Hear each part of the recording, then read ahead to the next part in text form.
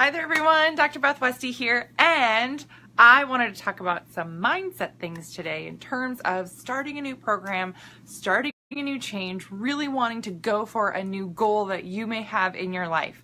So on average, women start about 3 or 4 diets a year. Now, the really frustrating thing is that the reason women start that many diets is because they have failed at that many diets per year. So if you're starting a diet, that means that the last thing you tried didn't work, didn't stick with you, and is not the right thing for you to incorporate in your lifestyle. The best diet you can go on is going to be the last diet that you go on, because it's going to be shifting and changing your lifestyle overall. Now, the thing to keep in mind is that it's not about you failing. It's more likely that you're following a program that's not meant for you. You're following a map that's not meant for you. That's why I'm so passionate about nutrition for women. Nutrition that matches with your hormones and your cycle, because you're going to be working with your body wherever you are at. So when we talk about setting yourself up for success, there's a few key things to really hone in on that are going to make the biggest difference overall. The first thing is that when you get started, set some goals. Have something you're going for. Even if it's that when you want to sleep better, put some type of number on that sleeping better. It could be, well, I sleep maybe 5 or 6 hours a night and I feel rested on a scale from 0 to 10. Maybe a 6 or a 7. You know, I want to sleep great every night. I want to get 7 or 8 hours of sleep, and I want to be a 10 out of 10 on rest. Those are some numeric values that as you go along, you can, really evaluate fairly how you have improved in different areas.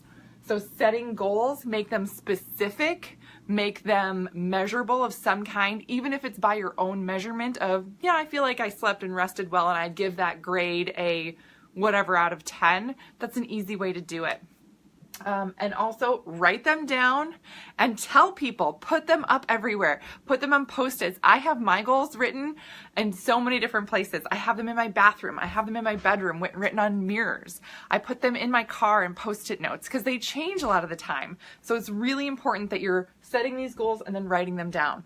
The other thing then is to set boundaries around your goals. This is really, really important to make sure that you are sticking with something and not getting derailed by somebody else's negative poo-poo attitude. If somebody's going to be helping you along your journey, fantastic. Tell them how they can help you. If they're trying to help you in a way that's actually not helpful, tell them that. Be like, you know what? That's not helpful for me. And I'm just not open to chatting with you about this right now. Yeah. If you want somebody who's going to be a drill sergeant, find a friend who's a drill sergeant and have them work with you or chat with you every week. Fine. If being a drill sergeant really makes you feel bad and doesn't help, then tell somebody. If your best friend is a drill sergeant type of personality and you're like, you know what, I'm really going to try, but I feel vulnerable about this. So for me to achieve my goal, I would love it if you could maybe not mention this or this if I go off track or whatever it is, right? So setting boundaries is going to actually create that path for you to stay on track. It's really amazing what happens when you set some really healthy boundaries in your life. True story. Last thing is change your environment. Now, this is going to be your environment everywhere around you, wherever you are. So if you're going to try and eat healthy, yet you still have a pantry stocked full of junk food, is that helpful? No, it's not helpful. Not helpful at all, right? So you need to change the environment of your pantry.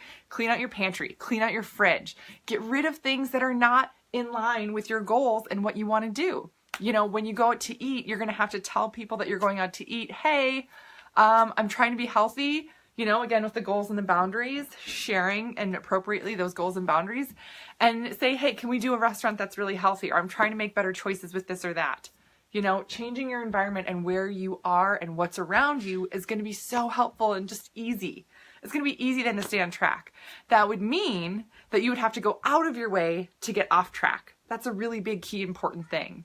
One of the things for people who are addicted to smoking, and they say drive the same way home every day and they stop at the same gas station to buy cigarettes or something like that. One of the number one things that they're told is they're actually told, drive a different way home. Don't go the same way because you're going to be on autopilot and you're going to drive that same way. So it's the same thing that applies to your environment. If you drive home and you go through a drive-through, more days than not, and it's right on your way home, take a side street. It doesn't matter if it takes an extra minute or two. It really makes a big difference. Take a different path, change your environment, surround yourself with supportive things. That's going to really help support your mindset and being successful long term. All right, let me know if you guys have questions, and I'll see you later.